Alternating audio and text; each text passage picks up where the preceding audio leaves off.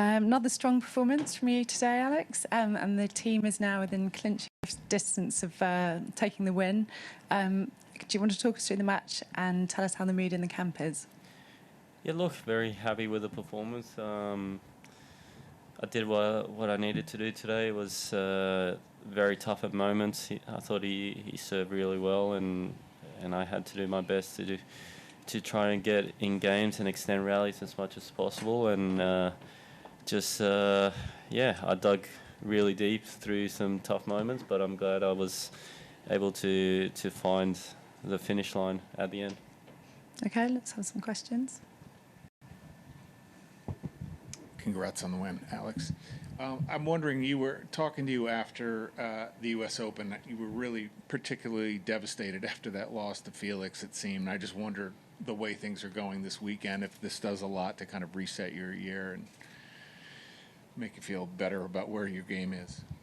Yeah, 100%. Even before I started competing here, I took this as a big opportunity to take a step in the right direction and play the type of tennis that I want to be playing ultimately. And, you know, I've had a couple tough matches and tough losses where I've had lots of regrets, and, you know, that wasn't easy to deal with. So a little change in mindset and kind of backing myself and playing the type of way I want to play with that clarity has been very important from the very first point till the last. And yeah, it's definitely the way I want to be playing. Alex, great match, good W. And going on with Team World, what's one thing you learned about one of your teammates this weekend in San Francisco? What's one thing I've learned? Jeez, do you want to go? No, because they asked you that question, but you have to work out what is locker room talk and what is... Yeah, exactly. No, I have learned that we have got a lot of great double options. Right? Yeah, where we're all really good doubles players. Really? Yeah. That's right? Yeah. Well said. Kind of along those lines, you got some rookies, Laver Cup rookies. What do you think of Mickelson kind of becoming that doubles specialist? Michael has been unbelievable. Every match he's step out, it's a very big stage, and he's gone out there and had a swing, right? He's brought the energy, the intensity. He's had that belief from the first point to the last, and I thought he's played some incredible tennis. Just to be put in that position where ultimately we're kind of saying he's the double specialist of the team, right? So there's a lot of pressure on him every time he steps out on court, and he's delivered every time. So it's been great to share the court with him and see him go out there and enjoy himself as well. Pat used the phrase, he answered the call to join the team the other day.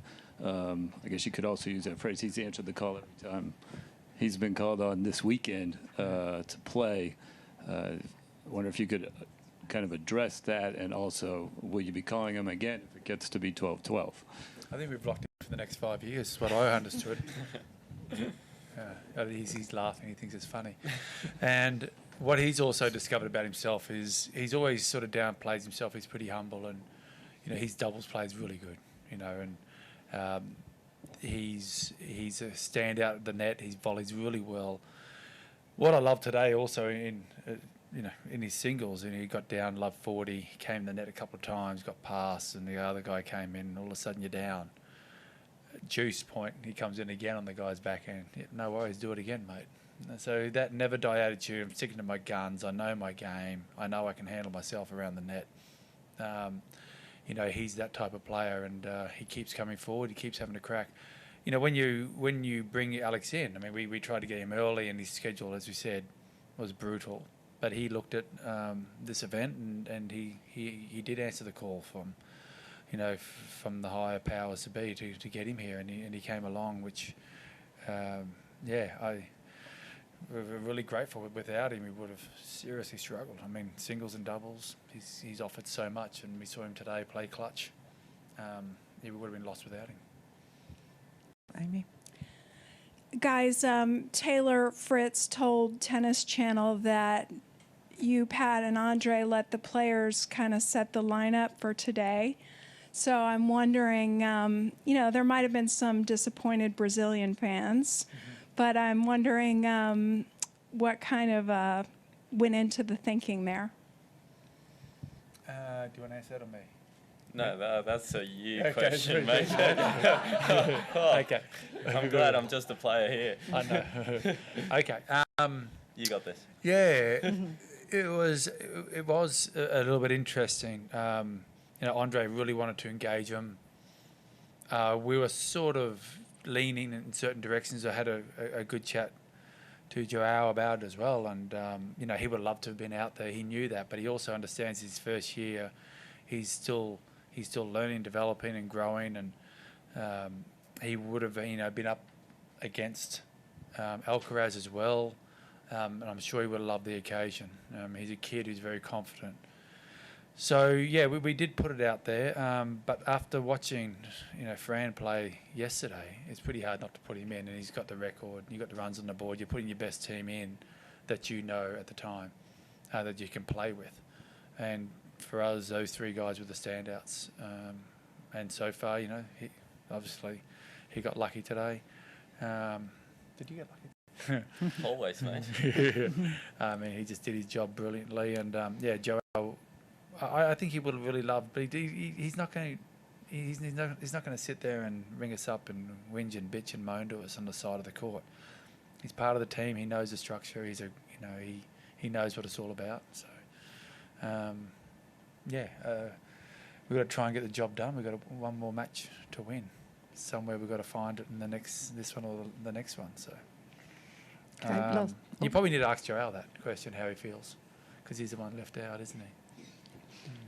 Okay, last question. Yeah, thank you. Alex, for us observing from afar, it seems very evident that the coaching from the sideline from both Pat and Andre has resonated with you and all of your teammates.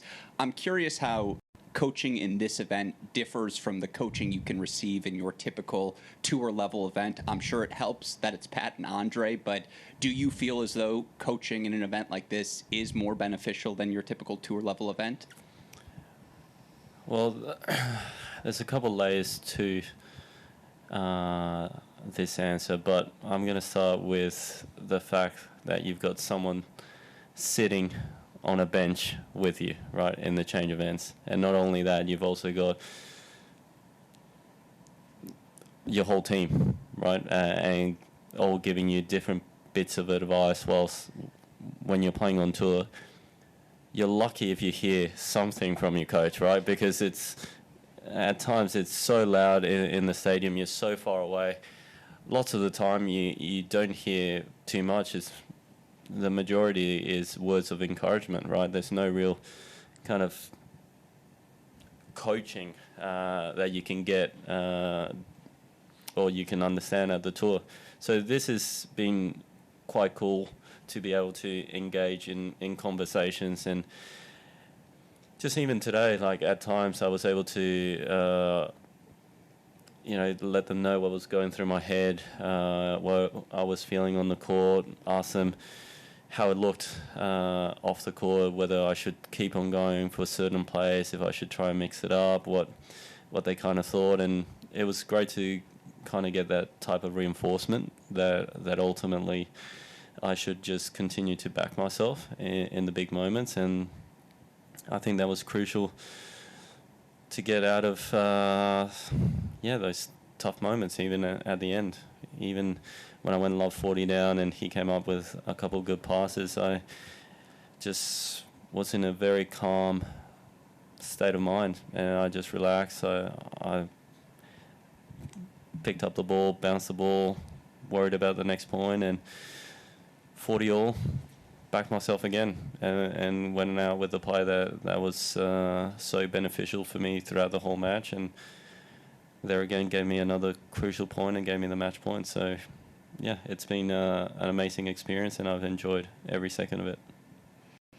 Nice place to end. Thanks, Alex. Thanks, Pat.